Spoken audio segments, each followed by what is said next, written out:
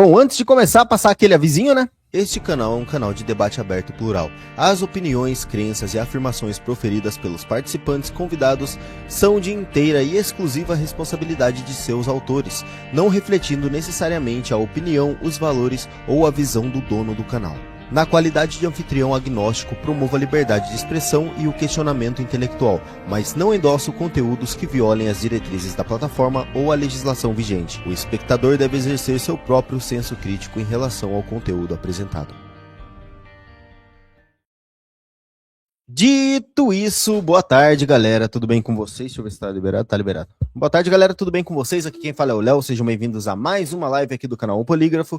Hoje a gente vai ter um debate aqui com o Alisson, nosso professor Alisson, que está aqui conhecido em todas as lives, né? E o Zezinho também, que tá chegando aí no canal recentemente, já pegou um debate, show de bola, é assim que a gente gosta. E duas pessoas respeitosas, imagino que vai ser um debate de alto nível. O tema do debate é: Gênesis é literal ou simbólico? Zezinho vai defender a perspectiva literal, Alisson defender a perspectiva da simbologia, né? Do simbólico, da mitologia. E vamos ver aí o que eles têm para apresentar. Só dá um oi pra galera que tá chegando aqui, ó. Axel Tilt tá por aqui, perguntando se o Zezinho de Abaiara W, se ele ganha. Tá escrito W? Não entendi. Ah, ok. Tá valendo. Bom, vai ser aquele modelinho, galera. Bloco de 3 perguntas, depois um bloco de conversa livre e depois 12 minutinhos para ele. Aliás, 12 minutinhos para ele conversar em livre e depois leitura de superchat, caso cheguem. Ok? Se não chegar superchat, a gente segue o modelo comum, ok? Então, dito isso, vou colocar os nossos participantes na bancada e vou dar início à live. Vou ficar aqui pequenininho, ó. Calma aí. Aqui, ó. Prontinho. Vou ficar aqui pequenininho, bonitinho, quietinho no meu canto, enquanto eles fazem ali o debate deles. Boa tarde, Alisson. Boa tarde, Zezinho. Já que a gente não estipulou uma ordem para que comece, alguém se arvora aí do começo para iniciar aí a introdução. De bom aí. Zezinho, a honra é sua, você está mais recente aqui no canal. Vou deixar você iniciar aí, viu? Tá bom. Zezinho, então você tem 10 minutos. Eita, esqueci de abrir o cronômetro. Oh, beleza. Mas enfim, Zezinho, você tem 10 minutos para fazer a sua introdução. Não vou deixar o cronômetro na tela, igual alguns outros canais deixam, porque eu acho muito paia ficar colocando o negócio na tela enquanto vocês estão conversando. Então, fique à vontade, Zezinho, a palavra é sua. 10 minutos, começando a partir de agora a sua introdução. Fique à vontade, meu amigo. Boa tarde para todos, boa tarde, Alisson, boa tarde, Léo, Polígrafo. É uma honra, né, estar participando aqui juntamente com vocês, né, no canal O Polígrafo, juntamente aqui com o professor Alisson. Eu sou defensor da visão literalista, né, baseado em diversas visões de alguns defensores da literalidade, né, do Gênesis. Algumas coisas deles eu concordo, outras não. Eu não sou defensor da Terra Jovem, vou explicar por que não sou defensor da Terra Jovem. E dentro dessa base, eu não consegui enxergar uma outra visão que não seja literal. E dentro dessa visão, eu também busco ver as visões contrárias às que eu vejo, né? Porque dessa forma a gente tem como fazer um comparativo daquilo que faz sentido, daquilo que é real. O meu intuito aqui nesse debate não é um debate para rinhas, e sim para a gente trocar conhecimento, trocar experiências, até porque eu vi alguns vídeos do Alisson, vi ele muito calmo, muito respeitoso, então não é da índole dele. Quem já me viu em algumas lives também sabe que eu não sou de estar criando polêmica, isso não leva para lugar nenhum. Isso também não quer dizer que a gente não vai contrário as ideias apresentadas e que o professor também, Alisson, não venha contrário às minhas visões, isso somente no campo das ideias, nada no campo pessoal, e que através desses debates as pessoas possam ter a chance de ter a sua própria visão concernente a visão literal, a visão alegórica, né? Então, pautado dentro daquilo que a pessoa acredita, dentro das visões científicas, né, do que a ciência diz, e dessa forma a gente crescer em grupo, né? O conhecimento só é conhecimento real quando ele é transmitido, quando ele é passado, quando eu pego esse conhecimento e guardo para mim, esse conhecimento não vai agregar valores na vida das pessoas, não vai causar impacto na vida das pessoas. Quando o meu conhecimento ele é transmitido, ele é debatido, eu refuto, eu sou refutado, então desta forma nós iremos crescer. O apóstolo Paulo ele diz: aprendei de tudo e retém o bem. Então cabe ao cristão reter aquilo que é bom, aquilo que na sua ótica de enxergar é boa. E nem tudo que eu estou vendo agora como bom, né, pode ser de fato o bom que eu preciso. Talvez o bom que eu preciso eu possa aprender com o professor Alisson. Talvez o bom que ele precisa ele pode aprender de mim. Então o conhecimento ele é bom para isso. Quando você tem uma única forma de enxergar e você acredita que não precisa de mudança, não precisa de algo novo, você pode ficar para trás, porque o conhecimento ele também vai sendo aumentado com o passar do tempo, vai surgindo novas teorias, vai surgindo novas ideias, e aí eu posso ficar para trás, eu posso ficar para o passado. Então é esta visão que eu tenho em relação ao conhecimento, em relação aos debates, não debater para criar rixa com ninguém, não é? Porque em certa parte é bom porque vai criar movimentos, né? Vai criar engajamento, mas pelo outro lado, não. Então, eu estou aqui justamente para adquirir mais conhecimento e experiências, e aqui eu já passo a minha palavra para o professor Alisson. Ok, perfeito.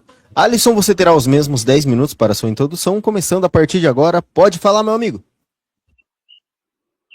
Um excepcional tarde aí mais uma vez, a paz de Cristo, meus amados irmãos. Obrigado aí, o Léo, o convite. Zezinho, aceitei o seu convite, a gente marcou aí esse diálogo. Realmente é um diálogo, a gente quer trazer uma perspectiva que somos dois cristãos dentro de uma linha teológica aí divergente em termos da leitura, né, bíblica.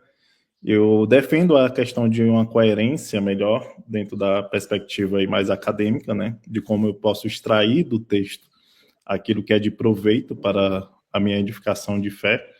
E aí eu sou um separatista, né, eu separo a questão de ciência dentro do campo mais da minha fé, dentro da religião. Então, para isso, eu vou ter que examinar o texto, né, de forma a qual é trazido dentro da própria cultura, conhecimento daquilo que é a proximidade desse gênero literário que ele contém, como é que eu posso colocar, né, aquela cultura dentro de um contexto histórico, dentro de um contexto cultural, dentro de um contexto social, dentro de um contexto antropológico, para que eu possa entender a linguagem desse escritor de Gênesis aí, que nos edifica, que nos traz uma orientação. Eu não misturo conhecimento científico com conhecimento, né, religioso. Acho que são duas áreas aí do campo do saber humano, assim como a filosofia, assim como a arte, também nós temos. Então, a produtividade aqui é trazer o conhecimento, que é uma competência humana através do texto aí de Gênesis. Eu se coloco dentro de uma prerrogativa de ler Gênesis através daquilo que os nossos escritores, tanto cristãos como seculares, colocam o Gênesis não como um texto literal histórico. Até porque nós estamos falando de uma cultura a qual o conhecimento a qual ela se transmitia era através das suas simbologias, dos seus ritos, dos seus signos culturais. E isso era transmitindo a sua linguagem. Essa linguagem é de experiências religiosas. Então, nós temos todo um contexto para saber, definir ali o que é que está por trás desse texto de Gênesis. Eu desconheço qualquer tipo de um livro acadêmico, né, que traga a prerrogativa que Gênesis ele é um texto histórico, né, no sentido de ser literal. Eu desconheço qualquer autor que trabalhe essa prerrogativa, tirando daquele povo esse conhecimento dessa grandeza da linguagem dele. Não tenho, né? Eu tenho, se o Zezinho me trazer hoje, vai ser a primeira vez aí que eu vou conseguir entender, né, essa parte mais fundamentada que os literaristas trabalham, mas eu só conheço autores que são confessionais, que misturam a sua crença, a sua religião com a questão da perspectiva científica, né? Quando eu vejo acadêmicos tratando esse gênero, tratando o texto de Gênesis, eu desconheço algum que trata ele como histórico literal.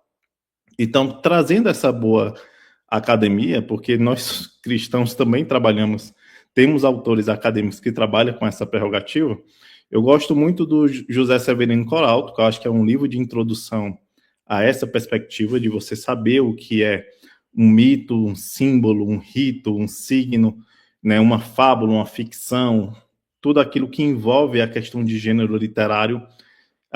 O livro dele é o José Severino Coralto, né, muito famoso, é uma introdução à fenomenologia da religião, que ele vai trazer as linguagens da experiência religiosa. E dentro desse livro, né, ele é muito conhecido, ele vai citar uma diversidade de autores, ele trabalha ali com a conjuntura, né, de autores, ele cita até autores dentro de uma psicologia, de uma linguagem da psicologia social, né? Então, assim, é uma abrangência, é uma riqueza muito grande. Quem tem curiosidade de entender as linguagens, né, das experiências religiosas, é um livro aí que eu recomendo muito. Nós temos o John Alto, né, que é famosão dentro do meio evangélico, dentro do meio cristão. É um autor cristão, ele não trabalha com essa prerrogativa ali de Gênesis dentro de uma linguagem histórica literal, e é um cara muito respeitado dentro do meio confessional, né? Então eu vou trazer aqui essa prerrogativa desses dois autores para a gente ver que não é nada novo dentro do meio religioso aquilo que nós observamos dentro do processo acadêmico. O famoso método histórico crítico, né, que é o método que eu trabalho para fazer essa hermenêutica bíblica, para entender o contexto histórico, para entender o contexto cultural, esse contexto dentro do âmbito da linguagem. Então, a gente vai trabalhar em cima disso daí.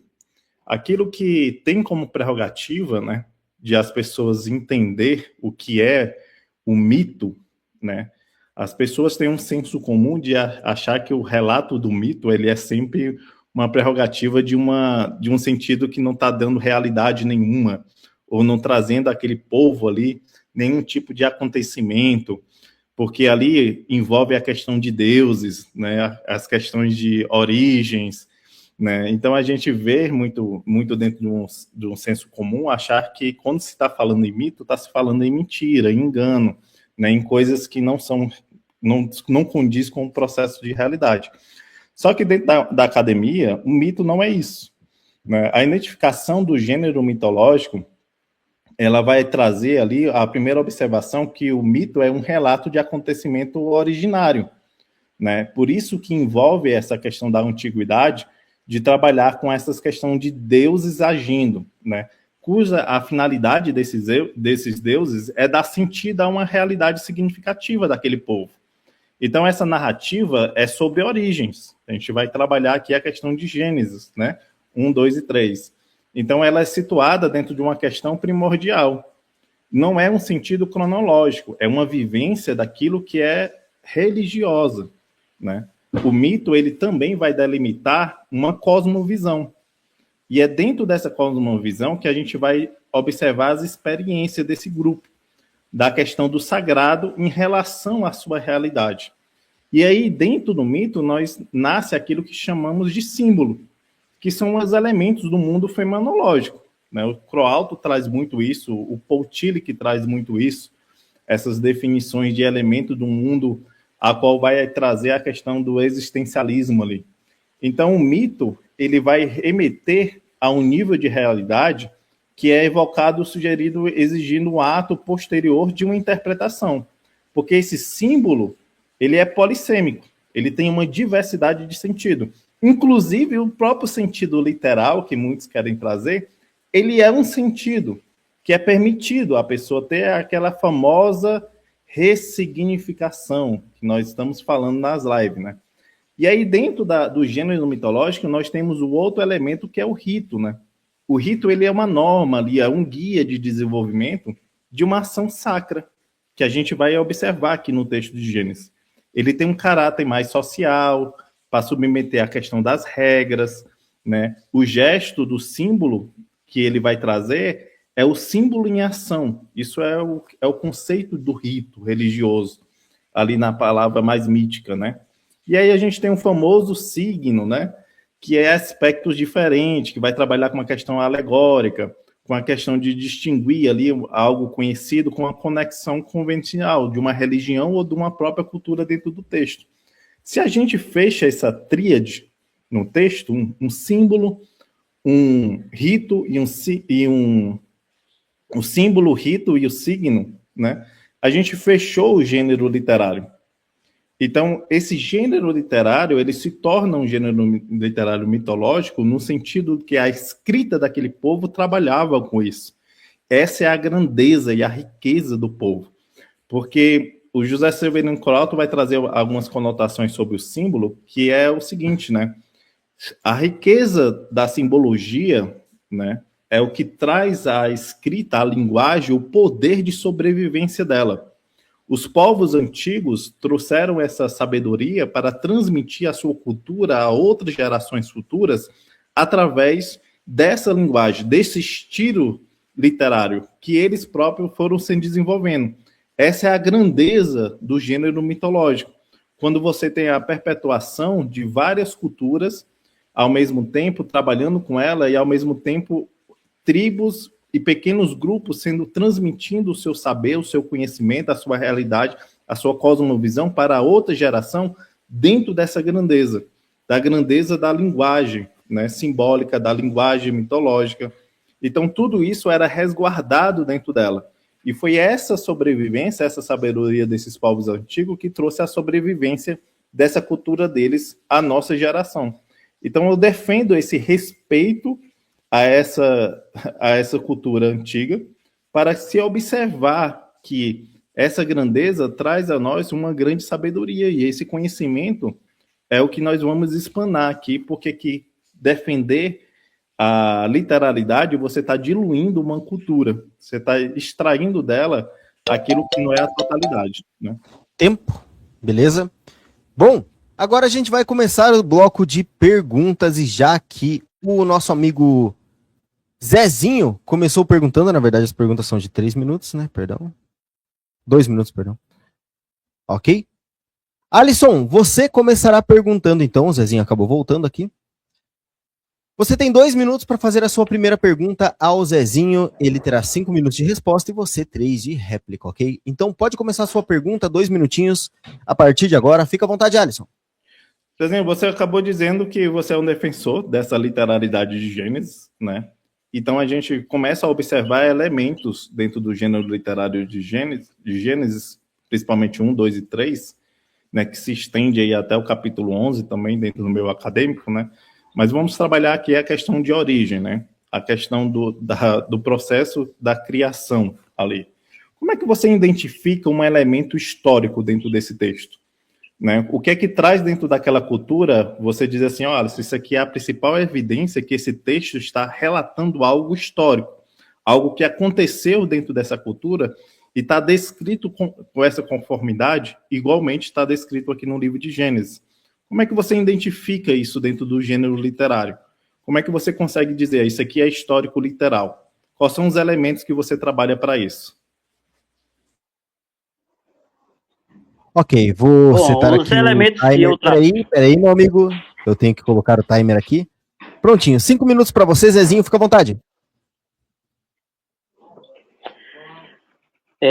Os elementos que eu utilizo, né, para a literalidade dentro do contexto histórico, não só do povo, o que a gente pode encontrar através de achados arqueológicos, né, que já a ciência vai nos ajudar, também a partir de coisas observáveis que a gente pode rastrear até hoje, como, por exemplo, como pegar o Adão aqui e ver ele numa linguagem alegórica, se ele tem parentes, ele tem descendentes, e desses descendentes ele vai na Bíblia, de geração para geração. Como eu posso tratar ele de forma linguística não literal, né, alegórica, se tem esse fato. A outra, dentro aqui da narrativa de Gênesis 1 e o verso de número 2, no princípio criou Deus os céus e a terra. A terra era sem forma e vazia, e havia trevas sobre a face do abismo. E o Espírito de Deus se movia sobre a face das águas. Nós não podemos começar o debate sem ir para o começo, né? O próprio nome Gênesis, a palavra Gênesis, quer dizer início. Então está, de fato, narrando um início, um começo. E esse começo, ele já inicia de uma forma que, pelo português, nós não vamos entender direito. Por exemplo, aqui na escritura hebraica, Bereshit bara Elohim et Hashamayim ve'et haaretz. Bara dá o sentido de criar a partir do nada, ou a partir de decretos divinos unicamente vindo da parte de Deus. Eu não posso tratar um texto desse aqui de forma alegórica. Quando nós vamos mais para frente, né? Verhaaretz haitá tohu vavohu verosher al pene terron veruach Elohim merrefet al penet ramaim. Nós encontramos aqui a água. A água. Quando encontramos o elemento terra e o elemento água, nós temos a matéria-prima para a criação.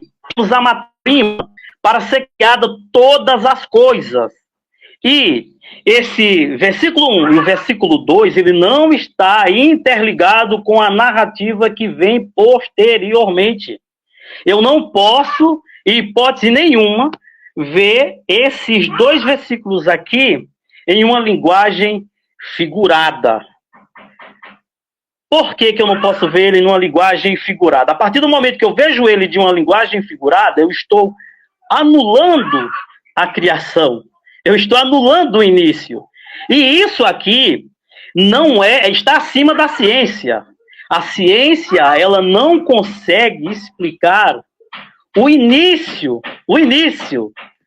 das coisas, o início da vida. Entendeu? Ela não consegue desligar a vida da terra. Ela não consegue desligar a vida da água. Todo ser vivo que você pegar, ele majoritariamente, ele tem água e ele tem elementos que vêm da terra. E nenhuma outra coisa mais. Então, toda a matéria-prima está aqui. Criada a partir de quem? Deus. É isso, Zezinho? Eu não estou conseguindo ver o tempo. Isso. Ok. Você tinha mais 20 minutos, 20 segundos, perdão, mas eu acho que você terminou, então eu vou passar para o Alisson fazer a réplica dele. Réplicas tem 3 minutos, então, Alisson, 3 minutos de réplica para você, meu amigo. Zezinho, quando a gente trabalha dentro de uma linguagem, né, dos elementos históricos ali, você está trazendo a fundamentação somente do texto através do texto. Isso aí a gente não consegue fazer uma característica, porque assim, dentro daquele povo, ele nunca está transcrevendo algo dentro da sua realidade através de uma história como nós conhecemos de forma moderna. E nem muito menos aqueles autores ali estão trazendo uma prerrogativa de um conhecimento científico, porque o conhecimento cultural, ele abrange elementos dentro dele, logicamente, do conhecimento deles, da época deles. Então, consequentemente, eu não posso estar trazendo essa mistura que você trouxe, né, de conhecimentos físicos da origem do universo dentro de um texto que ele não tem esse propósito. Porque os elementos, até mesmo a narrativa, a linguagem utilizada dentro de Gênesis, não permite esse tipo de anacronismo que você está tentando fazer. Então, isso não é um elemento para provar que o texto é histórico. Em contrapartida, se encontra-se dentro de uma fragilidade, que você está querendo comparar o âmbito do campo científico, de uma lacuna científica, né, que é a origem do universo, da explicação dessa origem do universo, com a questão contexto religioso, a qual ele não tem essa finalidade. Nenhum dos autores bíblicos estão ali trazendo a construção de Gênesis para fazer e provar ou mostrar historicamente a origem do universo, até porque eles não tinham nem conhecimento para tal ciência moderna, né? Então, quando nós observamos esse texto, por exemplo, que você estava lendo, a gente está vendo Deus criando todas as coisas, observando-se através de um possível caos, né, que estava lá tudo sem forma, em vazio, estava o Espírito de Deus pairando sobre essa desordem e trazendo ali um processo de ordem. Ele está colocando uma divindade, um Deus criando todas as coisas. Era uma cosmovisão deles. Isso é uma característica dentro daquilo que era o rito de construir com o nosso Deus, é que criou todas as coisas. Isso existe aos nossos olhos. Tanto é que os elementos que eles estão trazendo é o que? Os luminares, como o Sol e a Lua, que eles observavam, a questão da natureza, a questão das águas e da diversidade de peixe que eles tinham dentro da observação, limitada dentro de um campo de uma cultura. Então, esse texto ele não está sendo um texto científico, ele está sendo um texto cultural.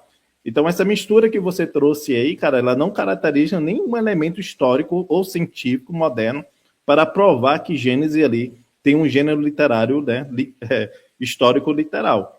O que nós vamos observar é outras questões que estão sendo colocadas dentro do texto, que aí sim a gente vai saber, né, se vai ser uma questão de alegoria ou uma questão simbólica, que eu acho que você está confundindo aí também esses termos aí. Então, deu tempo, ok? Bom, agora quem perguntará é o nosso Zezinho. Zezinho, você tem 2 minutos para fazer a sua pergunta ao Alisson. Começando a partir de agora, fica à vontade. Eu te mutei porque o Ganso estava nervoso aí, mas fica à vontade. 2 minutinhos para você fazer a sua pergunta. Vai lá. Estou justificando que eu estou aqui numa área aberta, né? Aqui está bem mais bacana. Então a gente tem alguns animais aqui e aí eles estão interagindo também, a minha torcida. Eu também tenho. Então, Alisson, é o seguinte: existe um existe aqui existe um conceito que todos aceitam, que é o ciclo da vida. O ciclo da vida, ele tem 5 fases: fecundação, nascimento, crescimento, reprodução e morte. Sendo que todo o ser vivo, para ele reproduzir, ele precisa chegar à 4ª fase, que é a fase da maturação sexual. Como justificar, diante da sua visão, diante do que você defende, a vida só vindo na fase adulta? Existe alguma outra possibilidade de explicar a reprodução fora do ciclo da vida, fora da fase de maturação sexual? Ok. Alisson, 5 minutos para a sua resposta. Fica à vontade, meu parceiro. Começando agora. Vai lá. Zezinho, eu vou trabalhar sempre em cima do que é proposto, né? Que a gente está falando de teologia, de Gênesis, e não estamos falando aqui da questão de biologia. Eu não sou formado em biologia, né? Meu conhecimento de biologia é até meu ensino médio, né? Eu não tenho um conhecimento tão profundo. Então, vou me ater a uma questão, por exemplo, do que você está querendo trazer, sobre Adão e Eva ali, né? A limitação que você está querendo fazer nesse anacronismo já se coloca até mesmo na palavra. Ali, a figura de Adão, né, que é humano, no hebraico Adam, ali, não é um indivíduo, né, biográfico dentro de uma construção literária que evolui de diversas camadas de uma tradição. É uma tradição que está sendo colocada dentro de um termo para o conceito da onde foi que a nossa tribo se originou. De quem nós somos hoje. Quem foi esse casal? Quem foi essas duas pessoas que deu os nossos parentes mais antigos, né, a nossa ancestralidade familiar, o que foi que nos formou em si. Então, essa defesa já cai essa sua questão de dizer que ali está se tratando de uma origem, né, das espécies, ou que originou toda a humanidade em si. Então, esse conceito, quando você está querendo fazer de anacronismo, já cai por até mesmo de observar o significado do que é Adão, né? Do que significa essa palavra. O que é que eles estavam trazendo dessa linguagem. As conotações que você traz aqui sobre a origem, o texto não está trazendo da origem da humanidade, da origem do universo, né? Esse texto está trazendo a origem de uma cosmovisão, né, de um grupo tribal, cara, né? A revelação que está sendo colocada ali é um pequeno grupo que está dando origem à sua formação dentro da sua cosmovisão, que ele demonstra essa observação da sua divindade, do seu Deus criando todas essas coisas. Então, é uma cosmovisão de uma origem de criação, no sentido do que foi que originou aquilo que nós observamos, naquilo que nós vivemos dentro do processo da natureza. Então, essa visão que se você está querendo colocar, dessa abrangência mais moderna, não se encaixa dentro desse texto. É fazer um anacronismo que o texto não está oferecendo esse tipo de conhecimento. Porque a riqueza desse conhecimento ele está vindo, posteriormente, de outras questões, né? De questões, por exemplo, do que foi que originou os nossos pais da fé. Quem foi que originou, né, esse grande Abraão? Quais eram as origens dele? Por que eles estão relatando essas tribos mais antigas em si? Então, eles estão contando relatos que não esses relatos históricos e literais. Eles estão colocando essa simbologia dentro da sua divindade única, né, criando todas as coisas e colocando a justificativa, por exemplo, dos seus ritos religiosos, que eu vou já trabalhar com você isso, e dos seus signos, cara. Então, não dá para trabalhar a questão biológica dentro do texto de Gênesis ali, principalmente em Gênesis 1, 2 e 3, né? Tem mais tempo aí, Léo? Acho que eu botei de fogo. Alô, desculpa. Tem mais 1 minuto e 35. Não, de boa. Vamos acelerar aí para ver. Ok. O que tá falando. Beleza, então 3 minutos para a sua réplica, meu amigo Zezinho. Fique à vontade, 3 minutinhos, começando a partir de agora. O Alisson não entendeu o que eu perguntei para ele, porque aqui no livro de Gênesis, os seres, todos os seres, eles já são criados na fase adulta. E a própria ciência, a biogênese, ela diz que não tem como haver reprodução dos seres vivos sem antes ter um pré-existente. Então, não tem como ele encaixar uma visão aqui de que esse texto ele não é literal, porque não tem como quebrar esse conceito. E além desse conceito, aqui nesse texto, como ele disse que não tem como ir mais além, né, dentro dessa visão, aqui, além do Criador criar os animais, é criado também uma lei que a ciência conhece, mas não consegue definir muito bem, que é a lei da natureza.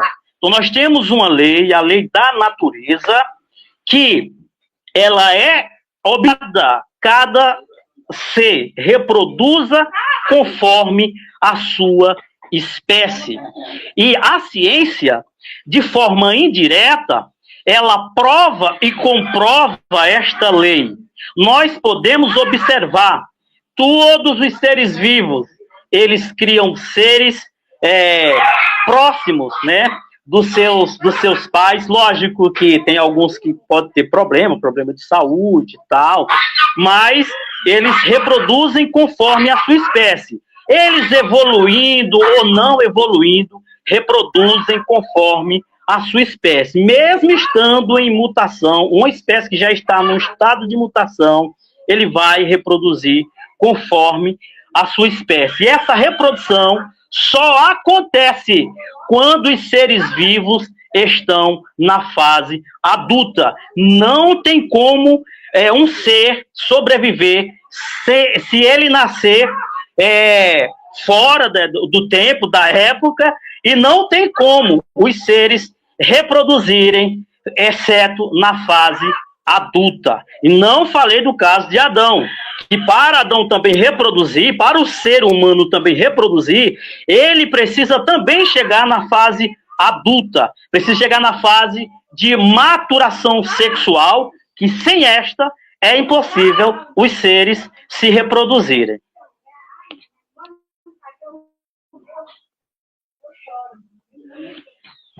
Ok, usou bem o tempo, Zezinho. Agora a gente vai voltar para a última pergunta do bloco, que será novamente do Alisson. Alisson, pode começar a sua pergunta, fique à vontade, a palavra é sua.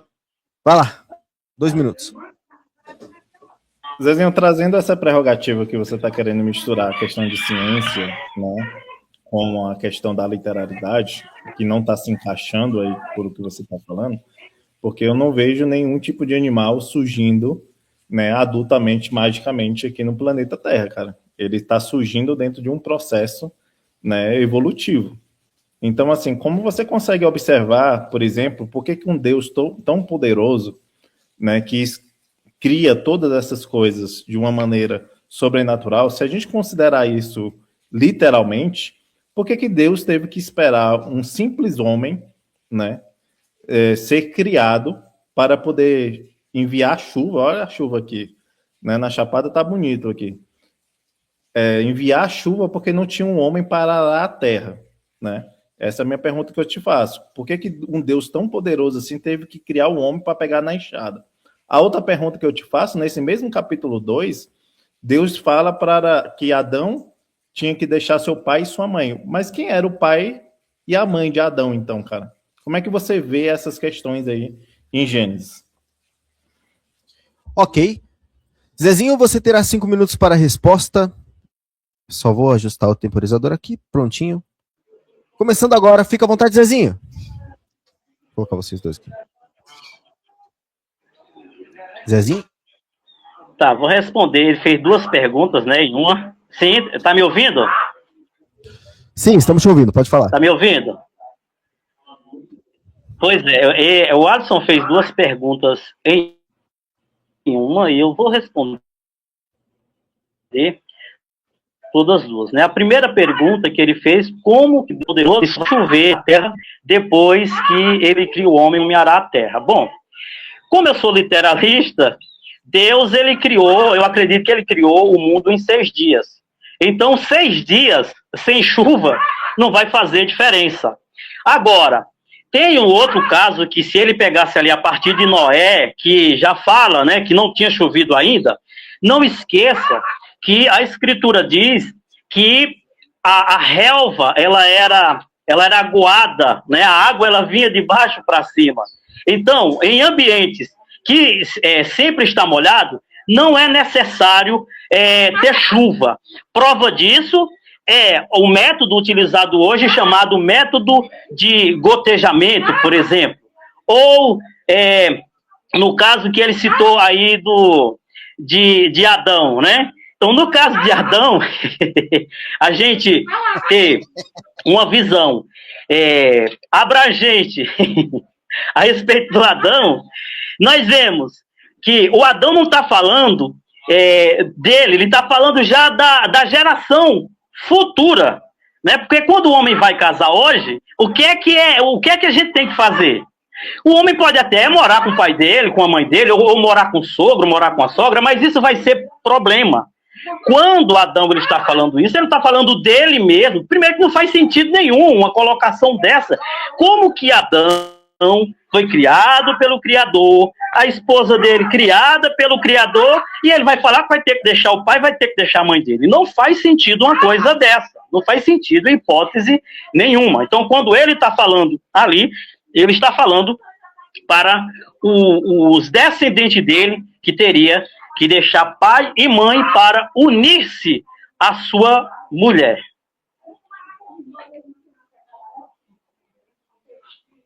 Terminou, Zezinho? Tem quase metade do tempo aqui. Já, terminei, Tá bom. terminei, pode. Réplica do Alisson, então. O Zezinho riu, eu ri junto, aqui tava desmutado, não vi. Mas, enfim. Vamos lá, Alisson, 3 minutinhos para sua réplica, então pode começar a partir de agora. Coloca na tela aí a nossa Bíblia Sagrada aí, Leão. Tá na tela. Opa, peraí, deixa eu remover um, colocar o outro. Zezinho, Perfeito. você está dizendo que isso daqui era para gerações futuras, mas, Zezinho, aqui, cara, é Deus criando o homem, né, e a mulher ali da costela. E aí, depois que Deus finaliza, né, Adão exclama e diz assim: agora é osso dos meus ossos e carne da minha carne, e essa se chamará mulher. Portanto, do homem foi tomada. Portanto, deixará o homem, o seu pai e sua mãe, se apegará à sua mulher, e serão ambos uma só carne. E ambos estavam nus, e o homem e a mulher não se envergonhavam. Cara, aqui ele está deixando bem claro que não é geração futura, não, né, dentro desse texto. Porque, e outra coisa que você falou aqui no início, né, na minha primeira pergunta, é como é que, aqui ó, e toda planta do campo não estava na terra, e toda a erva do campo ainda não brotava, porque o Senhor ainda não tinha feito chover sobre a terra, e não tinha um homem para lavrar a terra. Então, isso que quer dizer, cara, é que as plantas não poderiam brotar porque não tinha um homem para lavrar essa terra. Isso aqui caracteriza, Zezinho, duas grandes coisas, cara. Aqui temos uma questão cultural agrária, né, do homem, do campo, que era o contexto cultural da própria época, da vivência deles. O que é que eles estão trazendo aqui nesse texto? Isso aqui é um rito, cara. É um rito cultural no sentido de que esse nosso trabalho é uma dádiva vindo de Deus, né? O homem arar a terra é algo que Deus trouxe sobre o processo da sua criação. O deixará o pai e sua mãe, né, e se unirá a sua mulher, já é um signo cultural religioso trazido da própria lei, cara. Então a gente está sendo caracterizado aqui dentro do texto alguns elementos que vai gerar aquilo que nós temos dentro do gênero literário. Nós temos Deus criando as coisas, temos anjo guardando o jardim, temos árvores do conhecimento do bem e do mal, né? Temos a árvore da vida, temos anjo com espada de fogo guardando o jardim. Nós temos passagens que um homem tem que arar a terra, questões cultural, e um signo religioso da própria lei, aparecendo 2 vezes, né? Quando eles pecam, quando eles comem do fruto proibido, vamos dizer assim, entra-se Deus fazer um sacrifício de animal para cobrir a eles, e essa passagem do pai e da mãe está caracterizando o quê? Que a nossa lei é tão sagrada que ela está desde o início da criação de todas as coisas. Então, justamente por causa disso que a gente coloca que esse texto, ele não é histórico-literal, ele está fazendo um relato de construção daquilo que a gente tem como simbologia representadas, né? Ok, o tempo do Alisson acabou, o desenho acabou caindo, então vou aguardar um minutinho. E vou avisar a galera do chat, vocês que estão fazendo perguntas, galera, sinto muito, mas modelo de debate, perguntas, são feitas através do LivePix ou Superchat. Não vou ficar puxando pergunta da galera que tá ali no chat, simplesmente afirmando coisas e provocando, sendo que, né, estamos em modelo de debate. O Zezinho voltou, e que bom que ele voltou, porque agora a gente começará nosso bloco de conversa livre. Deixa eu só esperar, ver se a internet dele tá ok. Só um minutinho. Zezinho, agora é aqueles 12 minutinhos de conversa livre, onde vocês podem conversar mais livremente. Se vocês acham que tem pergunta que não foi respondida de maneira correta, tem algo que vocês gostariam de aprofundar um pouco mais dentro do que foi puxado, vocês podem começar a conversar a partir de agora. Vai lá. Agora não tem mais moderação, hein? Cada um fala ali, se tiver interrupção, vocês acabam gerenciando o tempo. mas eu acho que dá para vocês conversarem bem, ok? Alisson, Zezinho, fiquem à vontade. Vou até fechar minha câmera aqui para deixar vocês tranquilos. Pode falar, galera. 12 minutos. Eu começo ou tu começando? Vamos lá. Você que sabe, você quer bater um papo aí sobre essa questão que eu acabei de afirmar para você? Se a gente está vendo ali uma questão do homem, né, para arar a terra, uma questão agrária, cultural, social deles, do trabalho deles, como é que ele tinha a perspectiva, né, do alimento. Se você está vendo ali que tinha que deixar o papai e a mamãe, né, para se unir à sua mulher, é através do sacrifício de um animal que eles têm que se cobrir, né, colocando ali já uma conotação ali do sacrifício dos animais que era feito para perdoar a questão dos pecados. Como é que você analisa essas questões? Como é que isso é histórico-literal? Nós estamos vendo aqui vários símbolos sendo contidos, ritos, né, sendo contido dentro do texto. Como é que eu consigo identificar que isso aqui é histórico-literal, cara?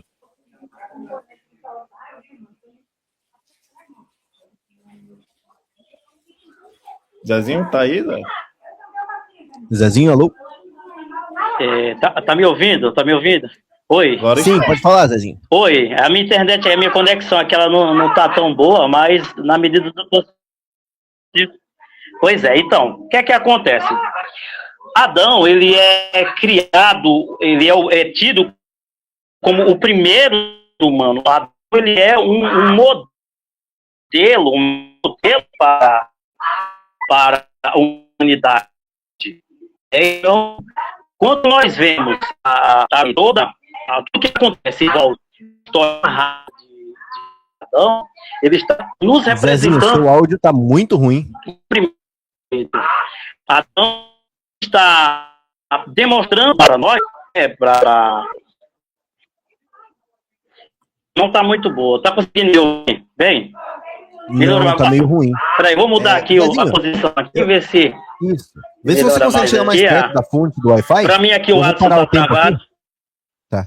Eu vou parar o tempo aqui, vocês têm mais 10 minutos. Só conversaram por 2 por enquanto.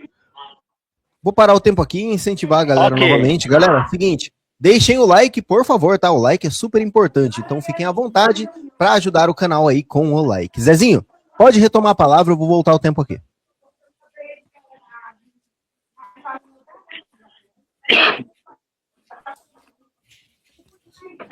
Zezinho? Fala, meu amigo, fica à vontade.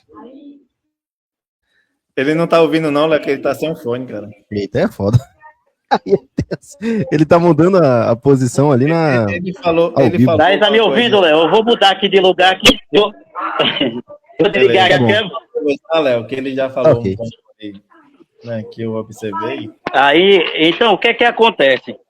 Vai lá, Adão, ele é um modelo para a humanidade. Então, o que está acontecendo ali com Abraão, ou aliás, com Adão, ele está sendo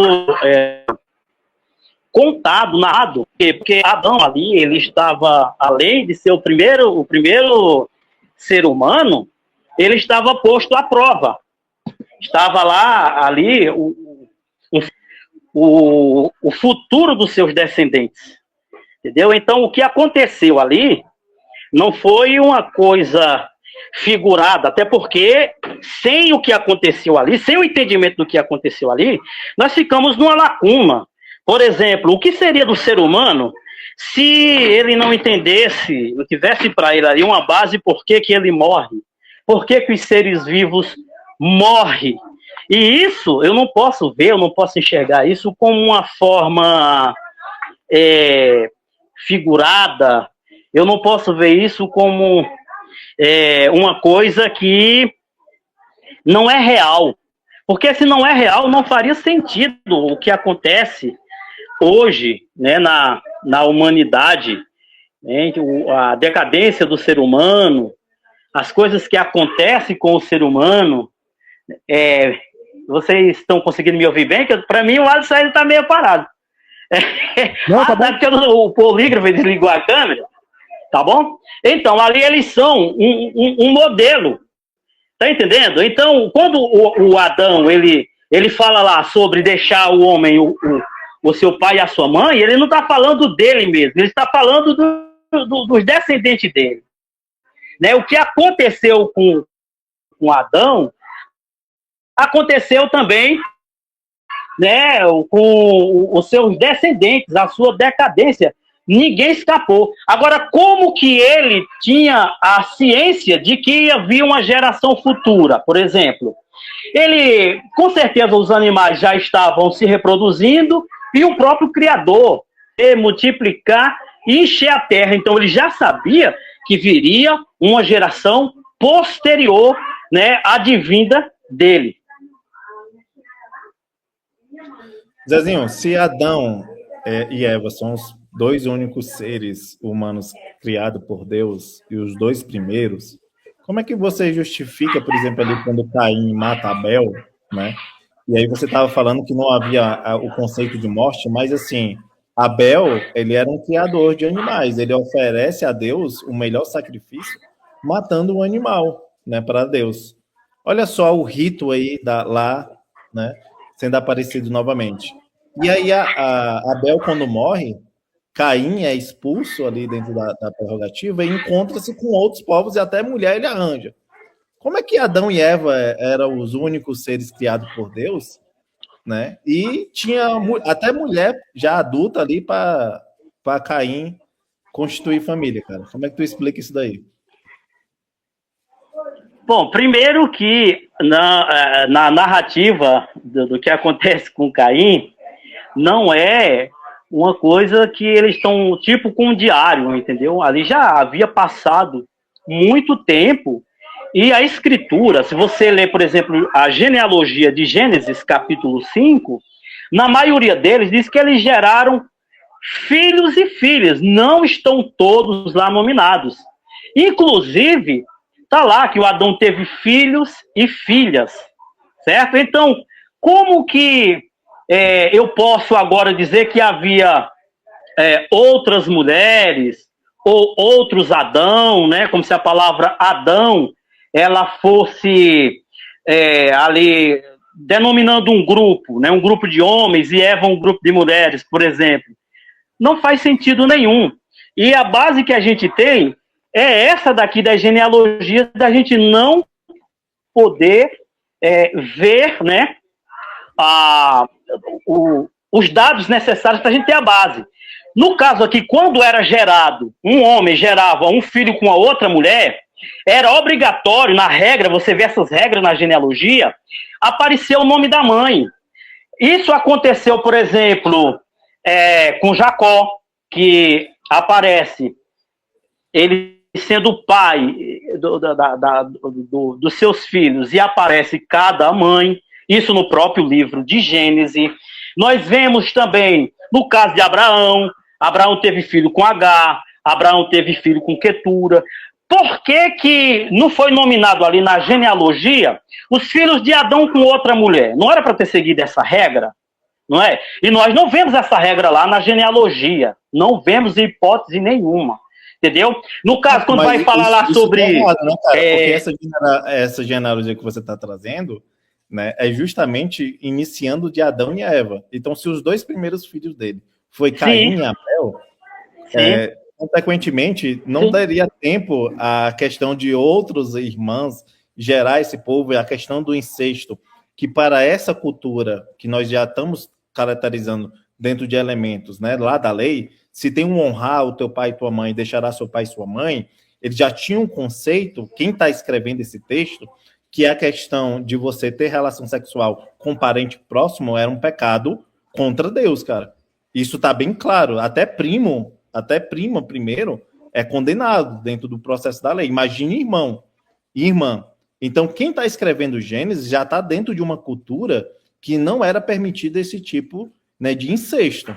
Então, essa questão que você está trazendo teológica, que Caim teve relação com irmãs, filhos de Adão, é completamente, cara, errado. Até mesmo quem está escrevendo já tinha esse conceito de que não era permitido nem com primo, quanto mais com irmão, cara.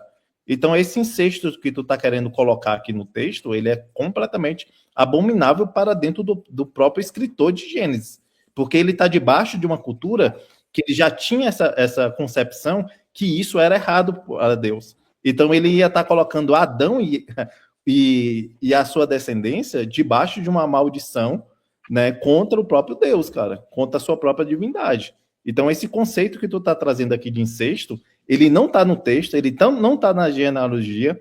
Existia outras tribos dentro do conhecimento deles, e eles estão demonstrando isso no texto, que eles não estão preocupados em dizer que Adão e Eva eram os únicos seres existentes, seres humanos existentes sobre a Terra, não. O texto não está preocupado com isso, entendeu?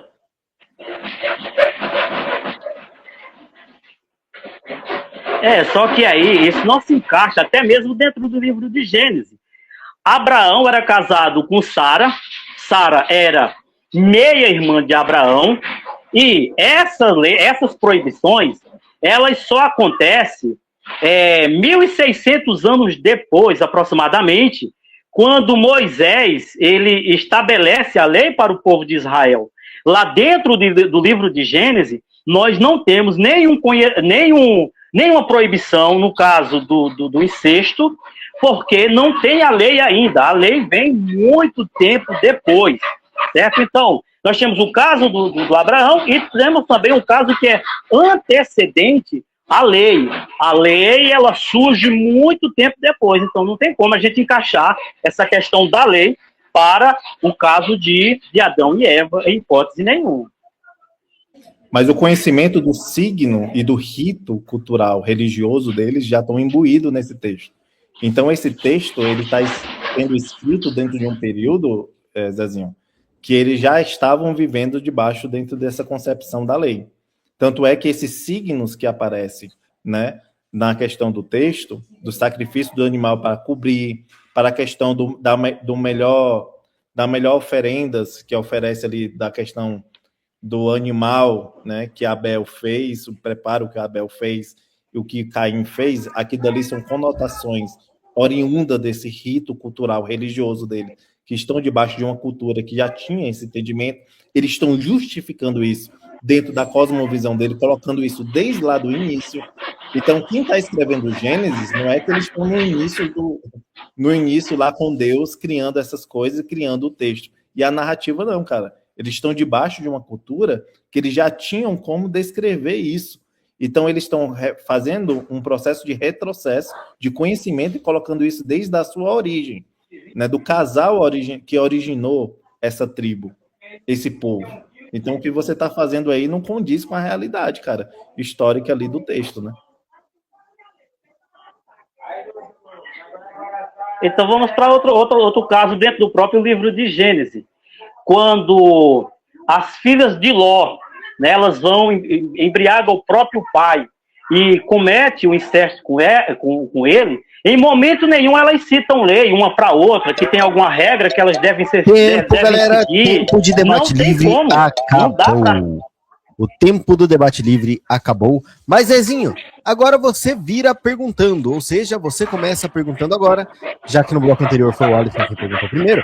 Infelizmente não chegou nenhuma pergunta por Live Pixel Superchat, então a gente só vai dar sequência. Se chegar, a gente lê ali antes das considerações finais, tá bom? Mas, Zezinho, 2 minutos para sua pergunta, fique à vontade. Bom, como nós já estamos aqui embalados falando sobre Adão,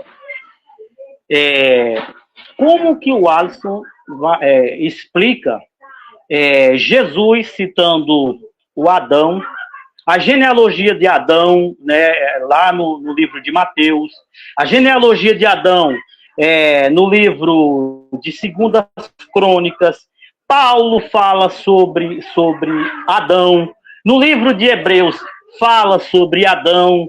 Como que ele me explica esse Adão, diferenciando, né, o Adão que ele acha que não é literal com o Adão simbológico? Ok. Vamos lá, resposta, então, o John Alto, ele traz uma prerrogativa para essa sua pergunta bem interessante, e ele considera, né, que Adão e Eva, de início ali dentro da questão, é a representação dos parentes mais antigos daquela tribo. Foi o que originou, o casal originário, daquela família, vamos dizer assim. Então, o que é que entra dentro dessa prerrogativa, cara? Essa construção, ela se torna um símbolo representativo, tanto é que os filhos, a expressão hebraica de filhos de Adão, se torna, na nossa tradução, humanidade, num conceito posterior. Quando eles entendem o processo da humanidade, de todos os povos, eles colocam essa representação nos filhos de Adão, representando que Adão e Eva agora é uma representatividade, é um arquetipo, representando toda a humanidade criada por Deus, por essa divindade. Então, essa conotação, na própria cultura judaica, eles transformam aquela originalidade familiar mais antiga, aquele casal, em um arquetipo. E isso se torna um símbolo. E esse símbolo, ele é representativo, tanto no processo genealógico, quando eles vão se tratar da origem deles, eles colocam o primeiro Adão e Eva, representando esse casal originário dentro de uma linhagem ali, de uma genealogia familiar. Por isso que aparece dentro da genealogia. Mas nos próprios textos judaicos, a gente vai ver constantemente eles conceituar humanidade com esse conceito de Adão e Eva, tornando-se ele um símbolo, tornando-se eles um arquetipo representativo nisso. Isso é a importância que você tem que perceber que nós devemos ter no que é realmente o entendimento de uma interpretação do texto e compreensão, que interpretação é diferente de compreender. Eu só posso compreender esse texto observando esse gênero, que está lá, o símbolo dentro da cultura, a todo instante aparecendo. Tanto é que você trouxe uma questão de Paulo, né, quando Paulo coloca essa questão, ele coloca o Adão agora como um símbolo, de dizer que a humanidade caiu em Adão. A humanidade inteira. E Cristo resgatou a humanidade inteira nele.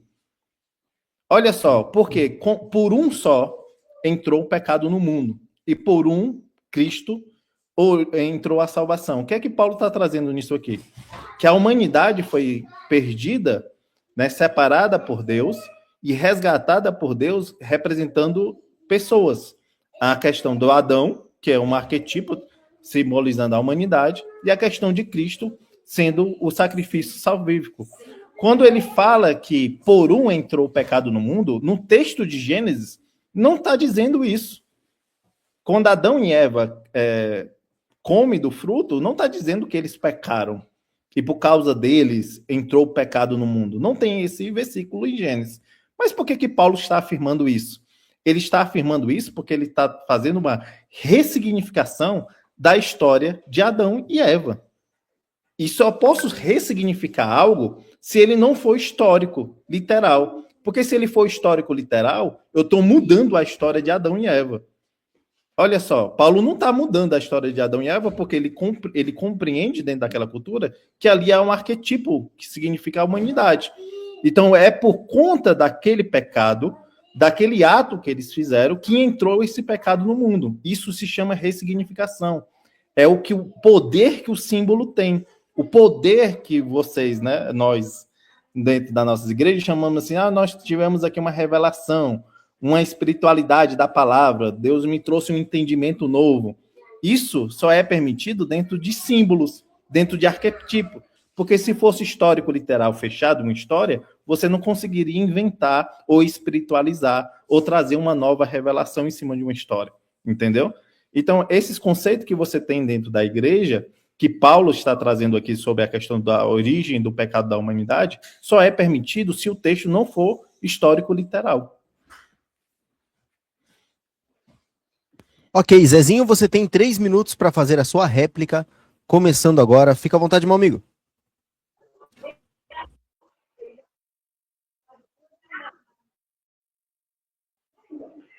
Muito boa a explicação, porém, me convence que é um Adão, né, representando ali um grupo, primeiro que Cristo Adão é o primeiro e Cristo é o último. Vou citar um exemplo aqui parecido, né? Que Cristo é o último, pô. A gente tem 8 bilhões de pessoas vivas aí no mundo. Trouxe uma representatividade não está no tempo livre, é o tempo de réplica dele, calma. Abraão. Nossa, mas o Zezinho tá com a internet muito ruim. Abraão. Zezinho, fecha a câmera pra ver se melhora a conexão, que tá totalmente travado aí. Melhorou?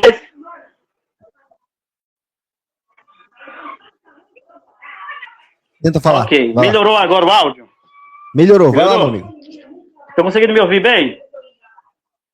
Opa, tá me ouvindo bem? Sim, estamos te ouvindo bem. Pois é, Seguinte, então. Nós temos uma. fala aí que eu vou reduzir o seu tempo. Equiparar, 3 fazer minutos uma pra réplica, vai lá. comparação aqui. Que é... Ok. Então, nós temos um outro exemplo de uma pessoa que é uma figura que é totalmente diferente entre Cristo e Adão, que é Abraão. Abraão é considerado o pai da fé. Abraão é único. Abraão é uma pessoa que, por meio daquela fé, ele agradou a Deus, ele agradou o Todo-Poderoso pela a sua fé, e é chamado de pai da fé. Então, todo aquele que é da fé, tem fé, é filho na fé de Abraão.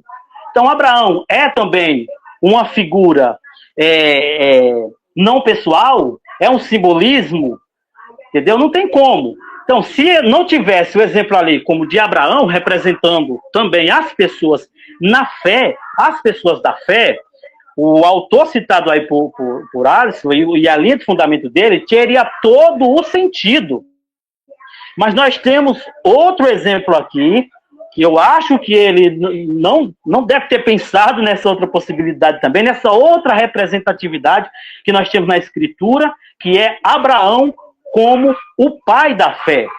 Entendeu? Então, quando a gente temos como derrubar essa questão, né, de que ali é uma figura, Adão é uma figura, né, para a humanidade, então só era Adão para ser a figura. No caso aqui, Abraão, uma figura de fé, entendeu? Como ele pode agora pegar aqui duas figuras diferentes e agora dizer, não, essa daqui, esse personagem aqui não é real, esse aqui é real, entendeu? Como ele vai dividir agora? Porque nós temos outro personagem aqui agora, que é uma representatividade para a humanidade, entendeu? Então, eu acho que esse ponto de vista, o escritor, ele não analisou essa outra figura, a figura de Abraão, a representatividade grande, imensa, né, e a importância que Abraão tem nas três religiões, né, que podemos dizer assim, religiões abraâmicas também, né, o cristianismo, o islamismo e o judaísmo, né, que ele é o pai da fé para todos nós. Então, como resolver essa questão diante da analogia do escritor?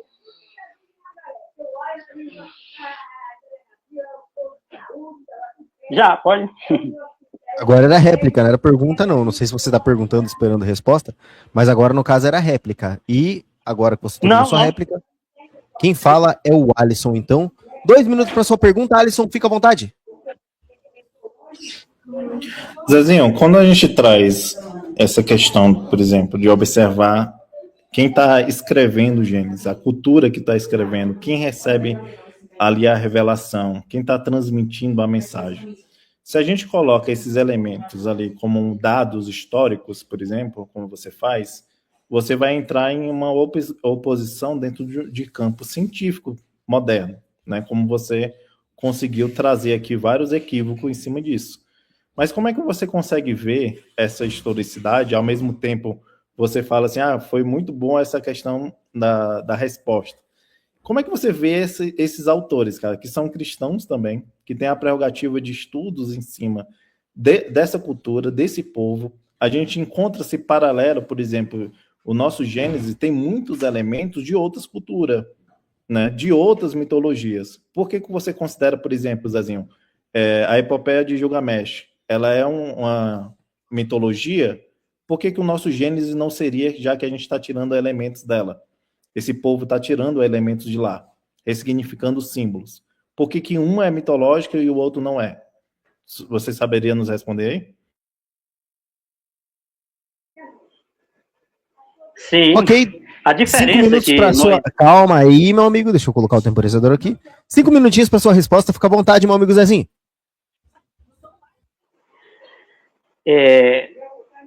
diante do questionamento de Alisson, não é só o pessoal sumério que tem a sua versão, né? Existem outras versões também, e eles comparam isso, né, com a Bíblia, equiparam com a Bíblia, inclusive diz que veio primeiro, porque cada um tinha a sua versão. Então, o que há de diferente em Gilgamesh, em Numa Elish, por exemplo? O que é que tem de diferente? Primeiro que lá é alegórico, ele vai criar a terra, eles pegam parte de um deus para fazer a terra, por exemplo, entendeu? Aí, o que há de diferente? Quais são as genealogias, por exemplo, de Adapa? Adapa gerou quem? Quem eles saíram gerando quem? Né? Eles geraram quem? Então, nós não temos como rastrear. Fica lá, morre lá, é um mito que morre lá, não tem um espaço geográfico, ninguém sabe onde foi que aconteceu, é simplesmente a história. No caso aqui, aconteceu em uma área geográfica, num espaço geográfico, aconteceu com pessoas, essas pessoas geraram filhos, esses filhos perduram até hoje. Eu vou dizer aqui um dos que são rastreáveis por meio dessas genealogias até hoje, os Kohanim, que são os sacerdotes, né, a família dos sacerdotes, que os judeus até hoje, né, escolhem os Kohanim lá para os cânticos, para a ritualística deles, por exemplo, e eles sabem quem é quem por meio de exames de DNA. Os personagens da Bíblia, se a gente parar para analisar, eles são interconectados um com o outro. Fulano gerou Beltrano, fulano gerou fulano, então você consegue tanto ir de frente para trás e de trás para frente, vendo quem gerou quem. Já nessas histórias, nós não temos hipótese nenhuma.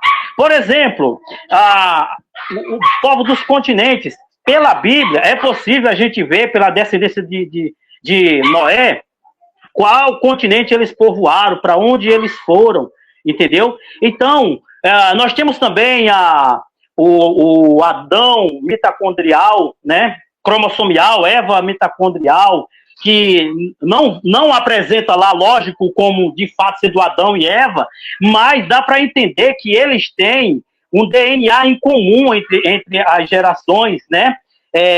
Então, nós temos elementos mais do que necessários para a gente comprovar a diferença de um caso que, como um mito, né? No caso da epopeia de Gilgamesh, no caso de Enuma Elish e todos os outros. Aqui, nas Américas, nós também temos histórias semelhantes à Bíblia. Os índios acreditaram que houve um grande dilúvio e os seres humanos que escaparam em cima de uma árvore. Eles têm também um mito de que a luz veio da árvore da Sumaúma, né? A Sumaúma deu origem à luz, né? Então, eles se basearam em quê também? Será que eles estavam copiando a Bíblia? Será que eles estavam plagiando a Bíblia? Outra, né, que é uma dúvida que a gente fica, de onde os índios tiraram essa ideia de que houve dilúvio? De onde os índios tiraram a ideia de criação? Eles estavam copiando a Bíblia, estavam copiando Enuma Elish, estavam copiando o Gilgamesh. Então, é tudo isso que a gente vê de diferente. Outra, a arqueologia, ela hoje comprova, né, se aconteceu determinados fatos ou não. E está cheio aí de pesquisas comprovando que, de fato, esse pessoal viveram, no contexto lá que eles viveram, se aquilo foi real ou não. Então, comparar, né, eu chegar de cara e dizer que a Bíblia é um plágio, baseado em quê? Quais são outras fontes? Só pelo fato da história ser parecida? Eu vou citar um exemplo aqui. Olha, tem os cristãos aqui que acreditam que Cristo morreu numa estaca de tortura. Outro diz que morreu na cruz. Tem a visão diferente. Quem está certo? Eles estão baseados no mito? Entendeu? Jesus deixa de existir porque um acredita que ele morreu na cruz e o outro morreu numa estaca de tortura? Ok. Bom, Alisson terá 3 minutos para sua réplica. Fica à vontade, Alisson. Zezinho, eu achei muito interessante as suas observações, né? Porque assim, você não trouxe nenhum tipo de elemento que contém essa narrativa, ou por que Gilgamesh também é um gênero mitológico. Porque ele contém os mesmos elementos que a própria literatura traz como definição, cara. Aquela cultura é muito próxima da cultura que está escrevendo Gênesis.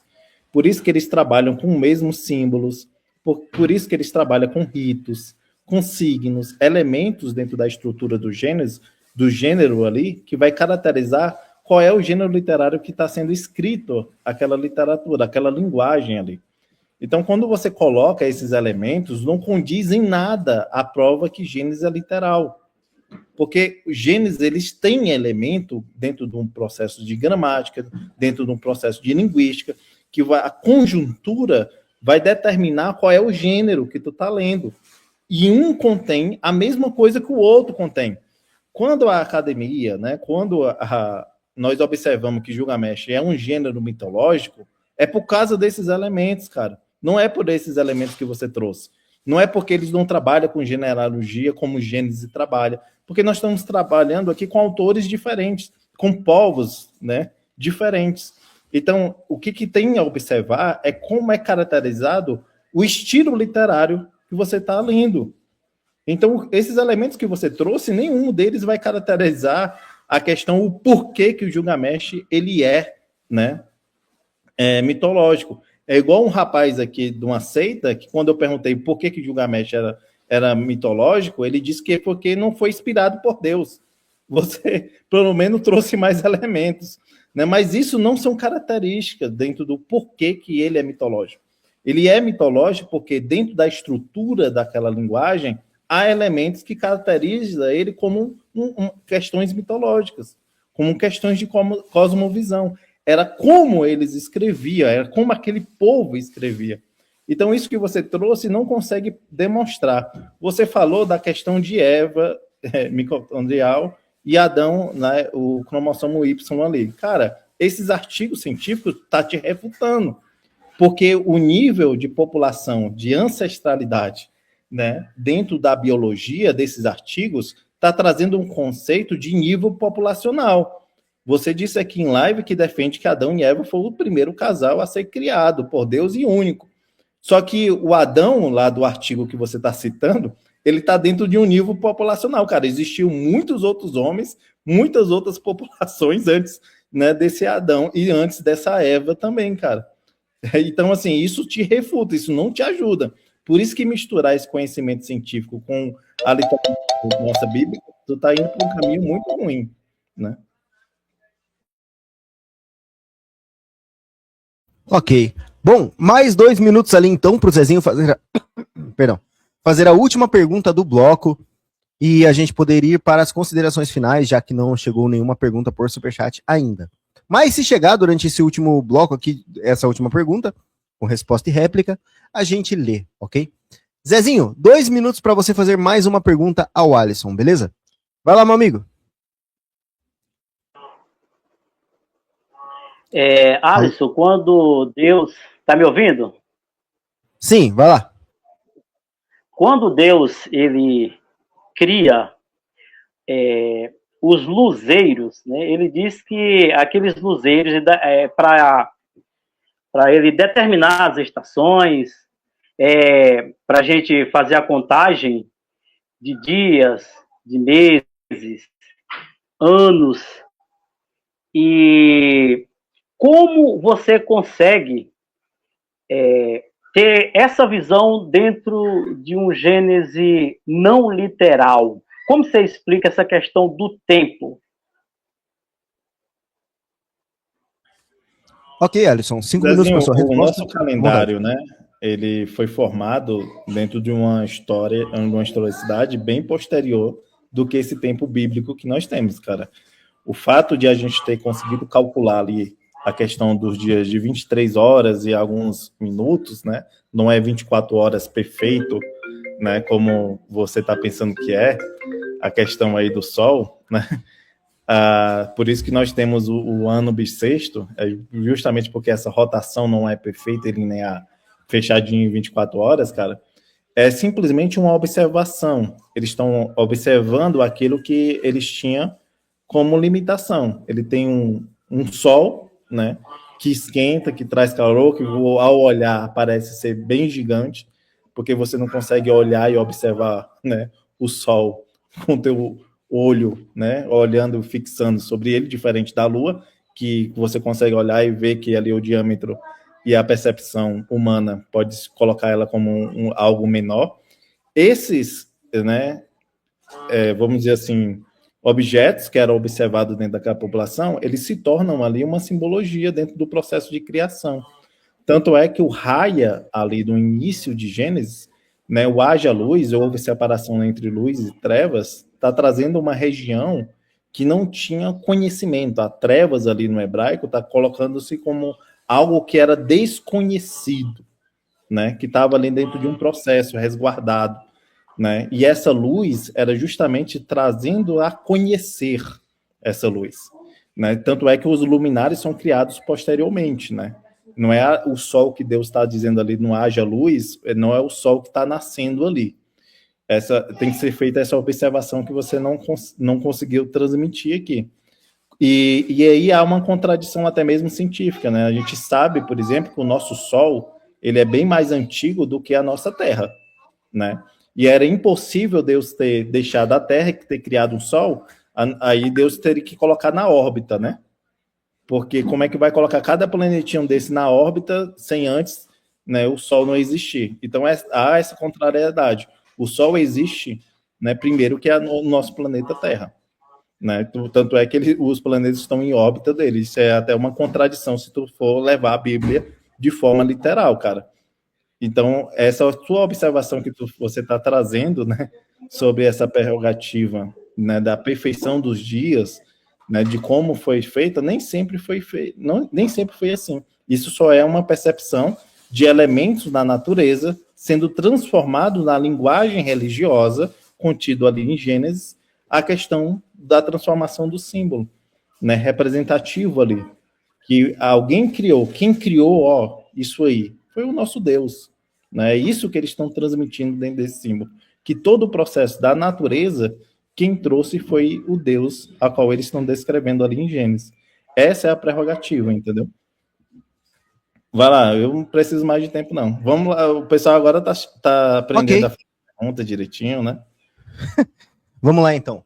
Bom, agora quem fala, então, é o Zezinho. O Zezinho vai ter ali seus 3 minutos para a sua réplica, antes da gente ir para a consideração final, e também para a leitura de superchat, que agora chegaram alguns. Então, vamos lá. Zezinho, 3 minutos para a sua réplica, meu amigo. Fique à vontade.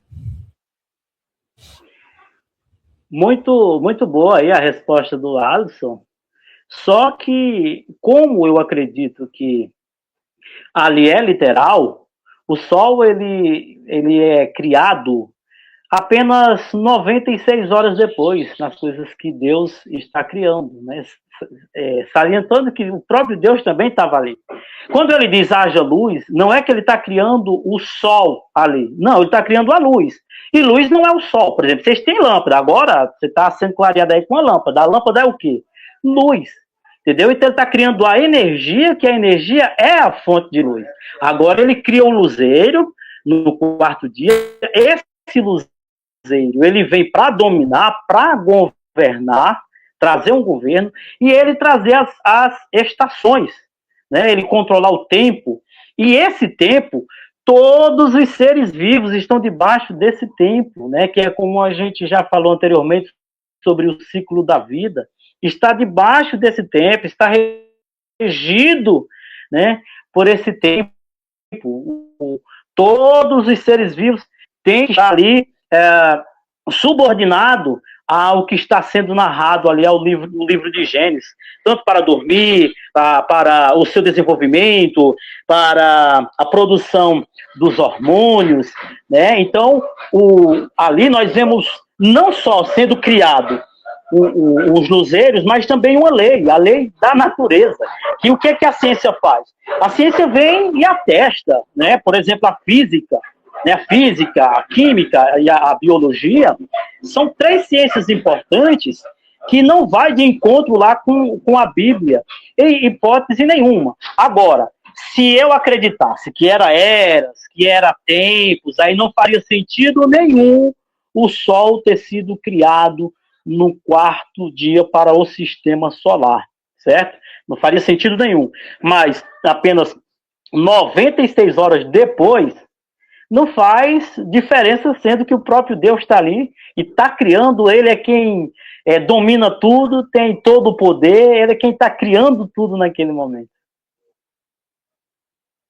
Ok. Agora a gente iria para as considerações finais, mas a galera decidiu ajudar aí o canal. Muito obrigado, meu amigo. Esse daqui é o Pônei. Meu amigo Pônei tem uma foto engraçada, inclusive. Pônei mandou 14,99 Australian Dollars. Muito obrigado, meu amigo Pedro. E a pergunta dele é ao Alisson. Alisson tentando usar artigo científico como argumento para negar Adão e Eva é hilário. Ele vai fazer a mesma coisa com a ressurreição de cadáver de 3 dias? Hipocrisia que chama? Patético. Pode responder, Alisson. Eu acho bizarro como o Pônei, né, que é um cara que passou por um nível universitário, consegue não entender, porque assim, em momento algum aqui eu citei um artigo científico. Quem citou, né, a questão de Adão, cronossomo Y e Eva mitocondrial foi o Zezinho, não foi o Alisson que citou. E eu só simplesmente falei que essas informações científicas que o Zezinho estava citando através do Adão e da Eva mitocondrial é através de um artigo científico que autorrefuta ele, porque o próprio artigo científico está trazendo o conceito de uma ciência moderna, a qual o conceito biológico de ancestralidade, né, comum desse Adão e dessa Eva é a nível populacional. Não existe para o processo biológico, né, a questão do conceito de ancestralidade sem nível populacional. Até DNA só existe a nível populacional. Né? A mitocôndria só existe a nível populacional. Isso é básico do ensino médio, né, de biologia. Né? Então, assim, eu não usei em momento algum aqui artigo científico para negar Adão e Eva. Eu não nego Adão e Eva. Eu trato Adão e Eva dentro da literalidade, né, da linguagem religiosa que o texto contém. E eu não faço isso com Jesus, né? Eu considero a ressurreição de Cristo como uma simbologia de fé cristã. Eu já falei isso aqui diversas vezes. O mesmo símbolo que contém a representatividade da humanidade em Adão e Eva, né? Que se ele se torna esse arquetipo, esse símbolo dentro da linguagem, a ressurreição, o conceito de ressurreição de Cristo também se torna um símbolo de fé para o desenvolvimento da fé cristã. Então, patético é um cara que tem nível universitário, se eu não me engano, tem até mestrado, e não sabe fazer um entendimento, nenhuma pergunta, e nem entender o que a gente está falando aqui. Eu não sou um cara que mistura conceitos científicos com conceito de linguagem religiosa, né? Ok, Zezinho, você tem algo para comentar aqui ou tá tranquilo?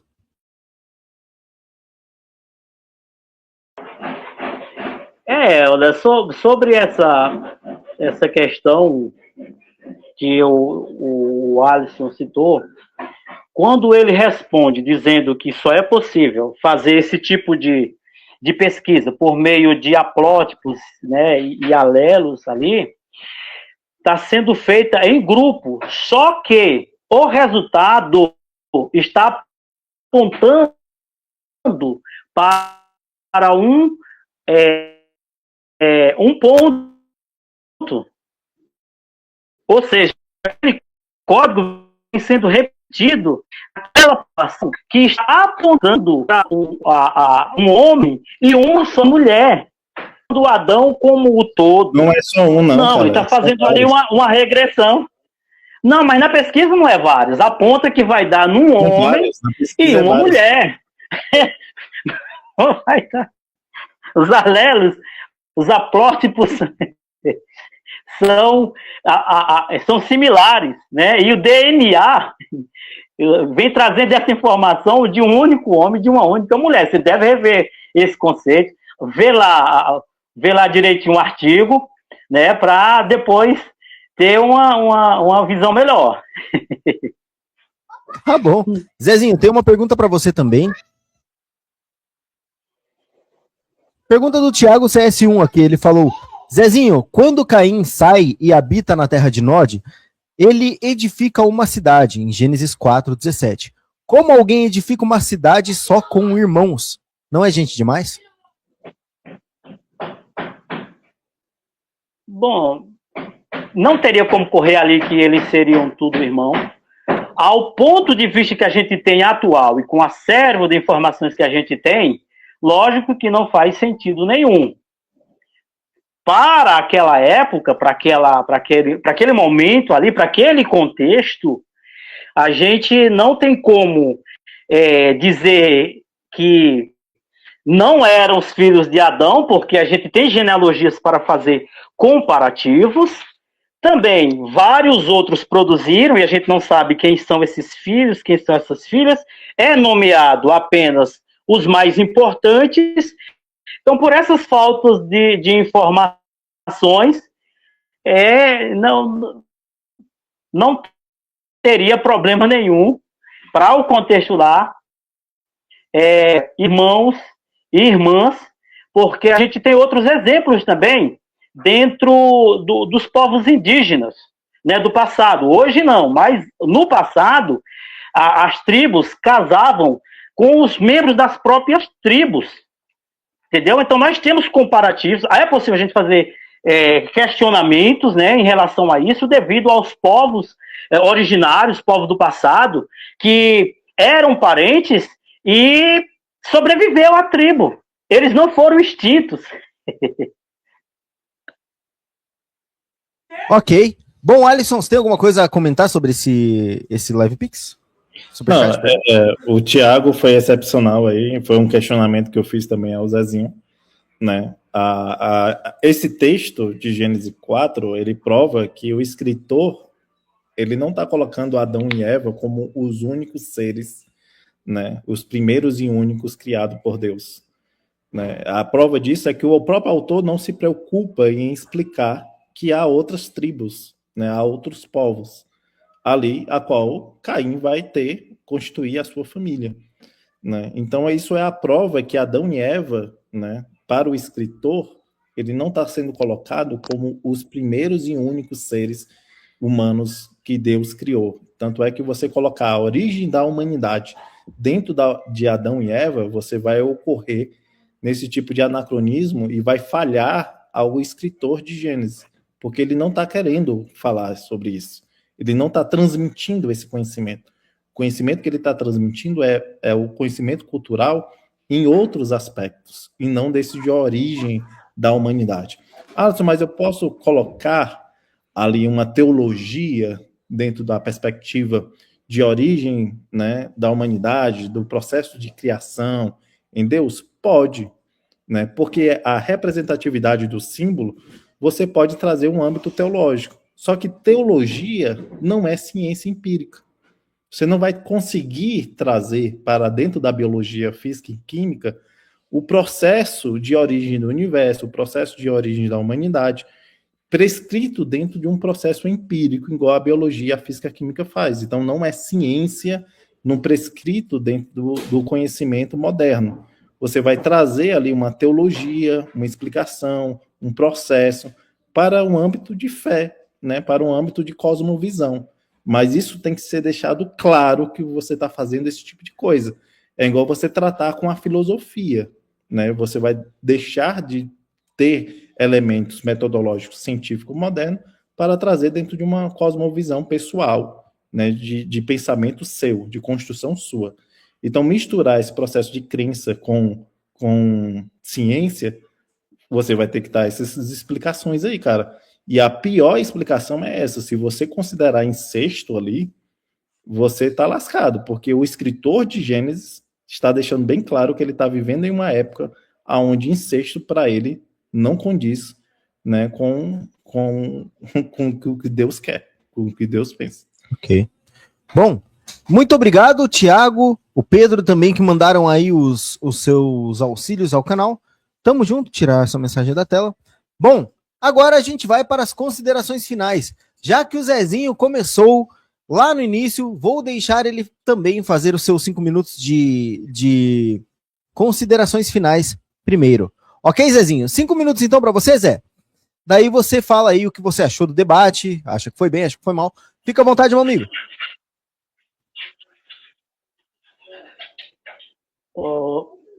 Quero agradecer, né, a oportunidade aqui, né, cedida pelo Léo Polígrafo, ao professor Alisson, né, que é uma pessoa super gente boa, e, né, como ele abriu mais um ponto aqui, eu vou comentar um pouquinho sobre esse ponto dele, né, para ele rastrear, tentar encontrar no texto bíblico uma outra mulher fora Eva, como esposa de Adão, né, porque é um pouquinho difícil de você encaixar isso, mesmo indo para a Lilith, né? Porque se ele encaixasse a Lilith, seria a mulher mais fracassada que existe, que não conseguiu, né, reproduzir, pelo menos de forma diretamente, né? E a todos do canal que estão acompanhando, que vão ver depois, né? Muito obrigado a todos por estar aqui acompanhando esse debate. Não foi da forma assim tão desejada que eu queria devido à internet, né? A internet está apresentando aqui problemas, né? E o Alisson que estava falando antes que estava com problema lá no lugar dele, ficou bacana. E o meu aqui estava aparentando ficar bacana e o problema veio para cá. Eu acho que o Alisson mandou de lá para cá. Você estava orando para poder me interagir. Então, muito obrigado aí. Mais uma vez. Não. Então, é muito bom. E espero futuramente aí, né, a gente debater com outras pessoas também, né, de forma saudável, sem agressão, né, com respeito. Sempre que eu debato, eu me sinto bem respeitado no canal Polígrafo. Agradeço ao Léo. Toda vez aí os caras às vezes querem subir um pouquinho o nível, o Léo vai lá e modera tudo bem. Já me sinto em casa, né? Como tem outros canais também que eu participo, que os caras são bacana e é muito bom isso, né? Então, é possível a gente ter amizade com fé diferente, ponto de vista diferente, com outros que não acreditam também. E a prova disso é esse canal aqui, né? Que vai crescer muito, a gente está observando que está tendo uma escalada boa. E vamos lutar para que alcance muito mais pessoas, né? Com temas bons. E a gente bater nossas metas, porque quando o canal cresce, nós crescemos juntos também, né? E é isso. Muito obrigado a todos. Ok. Bom, Zezinho, um cara sempre super respeitoso, legal ter ele aqui no canal. É uma pessoa que chegou aqui, fez as participações, deu o ponto de vista dele, e ele falou uma coisa que eu sempre bato nessa tecla também, né? A gente não precisa concordar para ter um bom relacionamento. Então, por isso que nosso canal é tão plural. Eu vejo que grande parte dos objetivos que a gente tem alcançado no canal é justamente porque esse modelo vem dando muito certo e o respeito é a base. De vez em quando acontece um arranca-rabo, acontece, a gente sabe disso, mas faz parte do debate também. O importante é saber separar o que acontece dentro de um ambiente de live com a questão pessoal. Sempre tentar manter ali numa linearidade para não ir para coisas desnecessárias, né?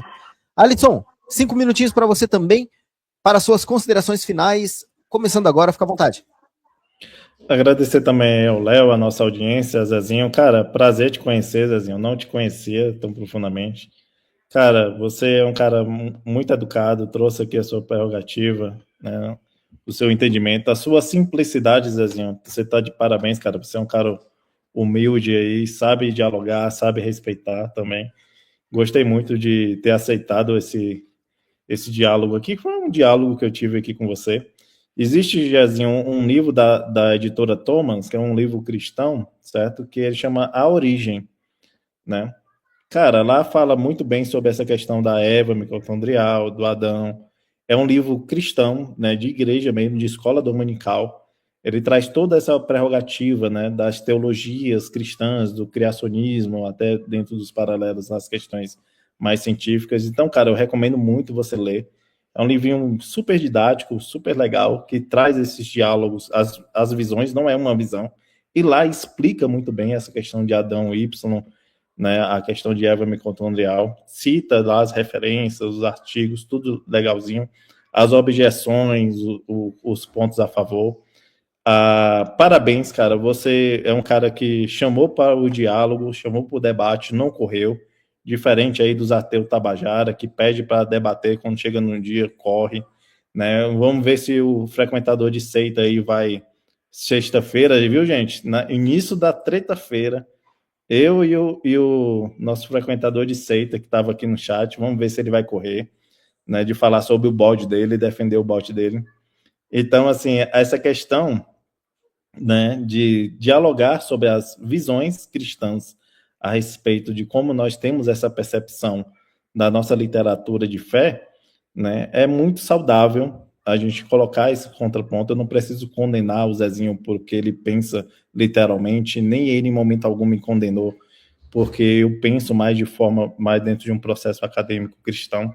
Então, assim, vivemos na nossa fé. Eu acho que são respostas que é exigente dentro do que é o processo de vida de cada um. E isso é muito legal, isso é interessante. Essa live, vou transferir ela para o meu canal, né? Viu, Léo? Eu vou estar transferindo lá para o meu canal. Ficou muito boa as duas grandes visões aqui. Foi pontos simples, mas ao mesmo tempo explicativo para uma introdução para esse debate, para esse diálogo. Então o Zezinho aí está de parabéns, porque trouxe, né, alguns pontos bem interessantes que dá para a gente fazer como um processo de introdução. Existe uma profundidade bem maior nesse diálogo, mas assim, para 1h30 tá de bom tamanho. E aí chegou um superchat aí do nosso amigo... Vou ler, só um minutinho. Deixa eu ler aqui, daí você já finaliza.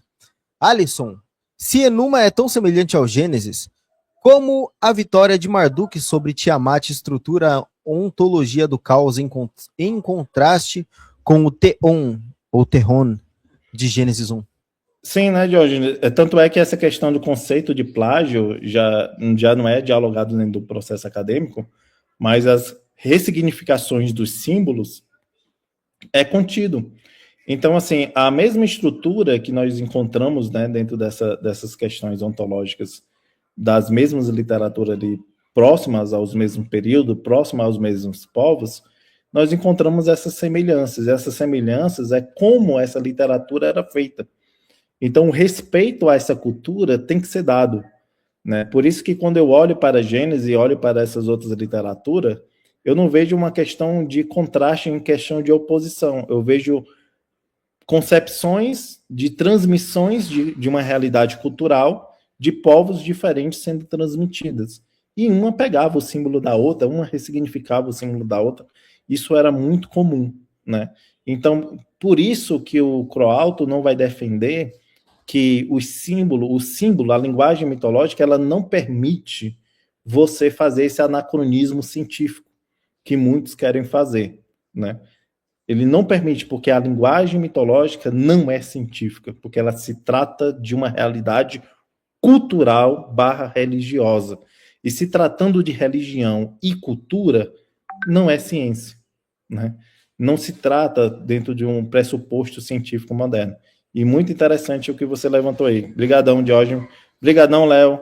Galera, brigadão mesmo. Aí, valeu a todos. Estou indo colocar a pequena aqui para dormir. Ok. Então a live de hoje fica por aqui, galera. Muito obrigado a quem contribuiu novamente, né? Agora o Diógenes entrou aí no bolo. Valeu, Diógenes. Valeu, Pedro. Valeu o Tiagão, que sempre ajuda o canal. Estamos juntos, fiquem bem. Mais tarde teremos uma live. Hoje a gente vai tratar do milagre, né? Será que milagres realmente acontecem ou são puramente fantasias? Vamos discutir isso daqui a pouco, às 7h30 da noite. Valeu, Zezinho. Muito obrigado pela presença. Alisson, valeu pelo debate. Foi show de bola. Fiquem bem. A live de hoje termina por aqui. E tchau. Valeu!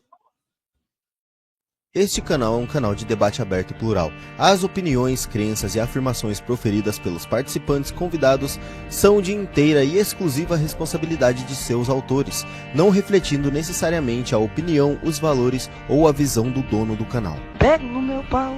Na qualidade de anfitrião agnóstico, promovo a liberdade de expressão e o questionamento intelectual, mas não endosso conteúdos que violem as diretrizes da plataforma ou a legislação vigente. O espectador deve exercer seu próprio senso crítico em relação ao conteúdo apresentado.